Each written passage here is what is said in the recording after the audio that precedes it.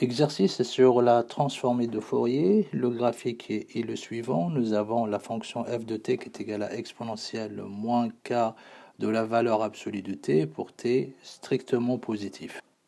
Petit a, on a f qui appartient à L1 de R. F est réel et pair, ce qui implique que la transformée de Fourier de f l'est aussi. L'intégrale de moins l'infini à plus l'infini de la valeur absolue de f de t dt est égale à l'intégrale de moins l'infini à plus l'infini de exponentielle moins kt et sans la valeur absolue cette fois-ci.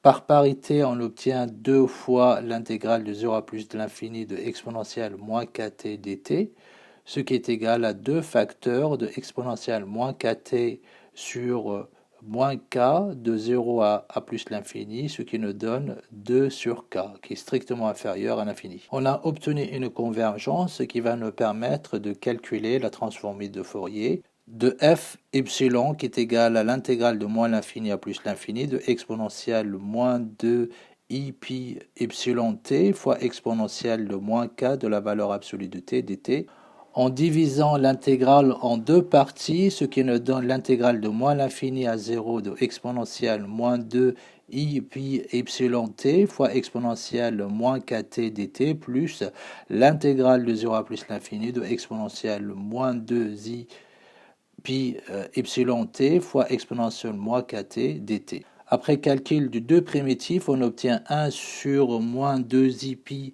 epsilon plus k plus 1 sur 2i pi epsilon plus k.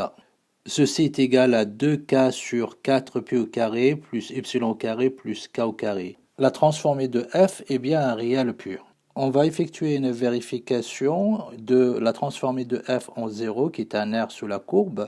Donc on obtient l'intégrale de moins l'infini à plus l'infini de f de t dt qui est égal à 2 sur k.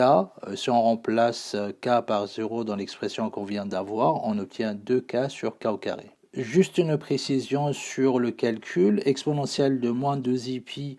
Si on développe, on obtient exponentielle moins 2i pi epsilon t fois exponentielle de moins kt.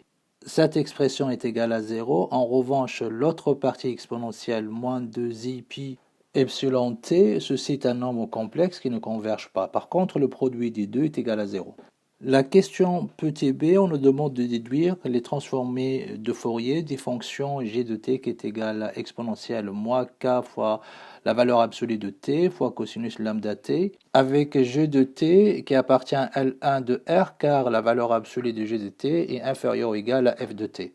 On remplace cosinus par exponentielle, on obtient exponentielle moins k fois la valeur absolue de t, facteur de exponentielle i lambda t, plus exponentielle moins i lambda t, le tout sur 2, ce qui implique la transformée de g de epsilon est égale à 1 demi de la transformée de f de epsilon moins lambda sur 2pi, plus la transformée de f de epsilon plus lambda sur 2pi. D'après le cours, il s'agit d'une transformation fréquentielle avec lambda qui est égal à 2pi alpha, ce qui implique alpha est égal à lambda sur 2pi. On obtient k sur 4 fois pi au carré facteur de epsilon moins lambda sur 2pi au carré, il manque un carré ici, plus k au carré plus k que divise 4 pi au carré facteur de epsilon plus lambda sur 2pi au carré plus k au carré. Donc après simplification, on obtient k sur 2pi epsilon moins lambda au carré plus k au carré plus k que divise 2pi epsilon plus lambda au carré plus k au carré. Ce qui termine cet exercice.